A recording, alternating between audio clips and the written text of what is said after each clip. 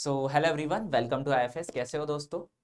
जैसे कि आप सभी लोगों को पता है, सीएसआर नेट जेआरएफ का रिजल्ट आ चुका है और आपने मोस्ट ऑफ सारे रिजल्ट हमारे प्लेटफॉर्म के ऊपर देखे ही होंगे। तो चलो मिलते हैं आज एक नए ऐसे स्टूडेंट से, जानते हैं इनकी क्या स्टोरी रही है। मिलते हैं सावित्री से। वेलकम सावित्री, आपका हमारे इस यूट्यूब चैनल पर।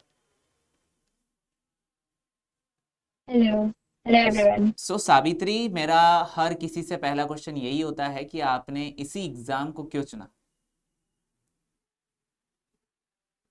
वैसे मैं इसी फील्ड में हूँ, मतलब मैंने अपनी एमएससी बायोटेक्नोलॉजी से किया और मुझे आगे पीएचडी परस्यू करने का ही मन था।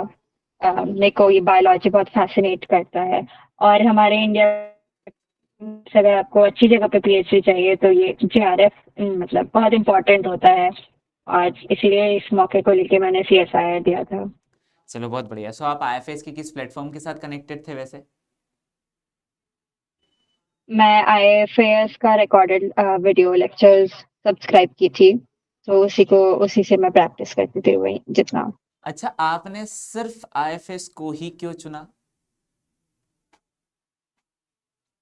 वैसे मतलब पहला फर्स्ट बेसिक रिसर्च तो हमारा यूट्यूब से ही रहता है कि वहाँ पे सब बहुत लोग पढ़ाते हैं, बट स्पेसिफिकली आईएफएस का जो वीडियोस होते थे उसमें डिटेल्स अच्छे से रहते, बहुत से सारा स्पेसिफिक लगता था। जो चीजें एग्जाम में पूछी जाती है वही चीजें वो लोग पढ़ाते थे, उस वे में पढ़ाते थे। वो एक डेवलप करवाए कि approach of giving that particular exam, क्योंकि बस कॉन्सेप्ट तो बहुत लोग पढ़ा देते, बट सीएसआर टफ एग्जाम है, उसमें एक वे में क्वेश्चन पूछा जाता है। और आई गेस जितना मैंने एक्सपीरियंस लिया आईएफए से, उसको अच्छे से अप्रोच करता है उस चीज को कि तुम एग्जाम कैसे सीएसआर इन पर्टिकुलर कैसे आंसर करोगे। चलो बिल्कुल, बहुत बढ़िया। आपका रिजल्ट क्या रहा फिर इस बार? इस बार मेरा जेआरएफ क्वालिफाइड हुआ और मेरा ऑल इंडिया रैंक 75 है, एंड आई एम अच्छा, रियली आपका ये grateful for first time IFA. था या फिर?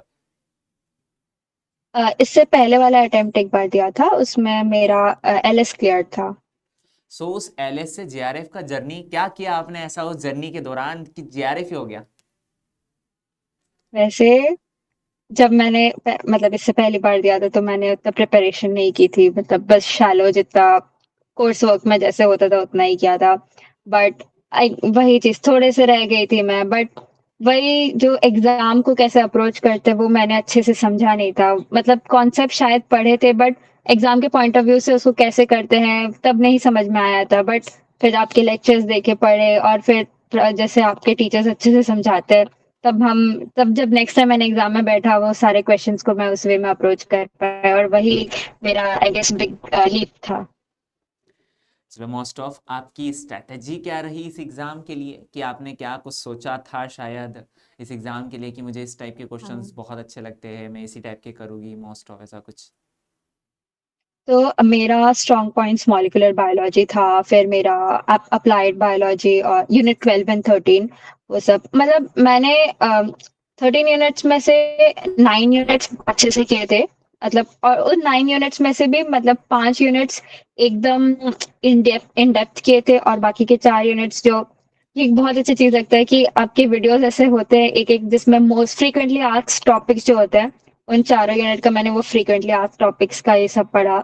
और फिर जैसे मेरा प्लांट वीक है क्योंकि मैंने नहीं पढ़ा है, तो प्लांट फिर बायोडाइवर्सिटी वो सब पूरा छोड़ दिया था। तो जैसे एग्जाम में वैसे वो यूनिट से क्वेश्चन देखते हैं, तुमको पता है कि मतलब नहीं आता है तो वो स्किप, और ऐसे ही टाइम सेव हो जाता है, वरना इतना लेंदी पेपर अटेम्प्ट करना पॉसिबल नहीं होता है। सो वही मेरी स्ट्रैटेजी रही, एंड इसी वजह से रिजल्ट्स आए। चलो बहुत बढ़िया। जब आप एग्ज़ाम देने के लिए गए थे तो उस टाइम पर जो आपने फर्स्ट टाइम एक्सपीरियंस किया हो, सेकंड टाइम आपने उस चीज़ को सुधारा हो, मतलब एग्ज़ाम के दौरान, जब आप एग्ज़ाम हाँ, दे रहे हो उस दौरान? तो मेरा फर्स्ट अटेम्प्ट में मेरा सी सेक्शन दिया हुई थी, लाइक उसमें मेरा सबसे कम परसेंटाइल आया था। और सी सेक्शन के क्वेश्चंस लेंदी रहते हैं और ऑप्शंस ऐसे लगते हैं कि शायद हो जाएगा, और उसी कंफ्यूजन के रिगार्डिंग आई गेस मेरा बहुत नेगेटिव हो गया था जब मैंने पहली बार दिया था। बट सेकेंड टाइम मैंने ज्यादा फोकस किया सी सेक्शन पे, उसके क्वेश्चन को कैसे अप्रोच करते हैं, और वही मतलब उसी पे मैंने बिल्ड किया था, एंड वही चेंज था मेजर। अच्छा, आपके जो स्टडी के दौरान किया हो कि यार ये बढ़िया था, और अब नेक्स्ट एग्ज़ाम में भी मैं यही अगर रूल को अपनाऊँ तो होप्स हो कि मेरा रिजल्ट और भी अच्छा रहा होगा।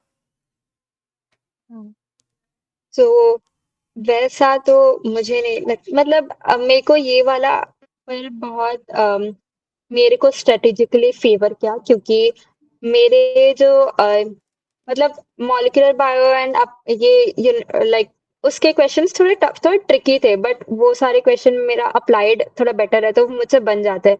जो थोड़ा मेमोरी बेस्ड क्वेश्चंस होते हैं वो मुझसे नहीं बन पाते तो जब पेपर मेमोरी बेस्ड के हिसाब से आता है जैसे लास्ट अटेम्प्ट मेमोरी बेस्ड था ज्यादा तो वो मुझसे बन नहीं पाए थे तो आई वुड से कि मोर लक टाइप्स का है क्योंकि सीएसआर का कभी इवन नहीं रहता है मतलब तुम्हारे इसमें लक भी डिपेंड करता है और पहले तो अलग शिफ्ट होता था तो उस पर भी डिपेंड करता है इस बार एक ही शिफ्ट हुआ ये ज्यादा अच्छी रही मेरे हिसाब से तो चलो बहुत बढ़िया साबित्री, एंड देन कॉन्ग्रेचुलेशन आपको, और होप्स हो थैंक जो यू सो आपका मच। क्राइटेरिया है रिसर्च का ऑब्वियसली वो फुलफिल ज़रूर होगा आप।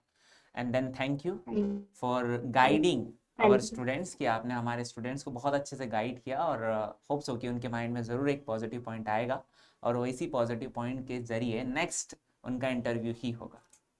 So thank you. Thank you so much, and thank you so much to IFAS also for training me. Okay. Thank you.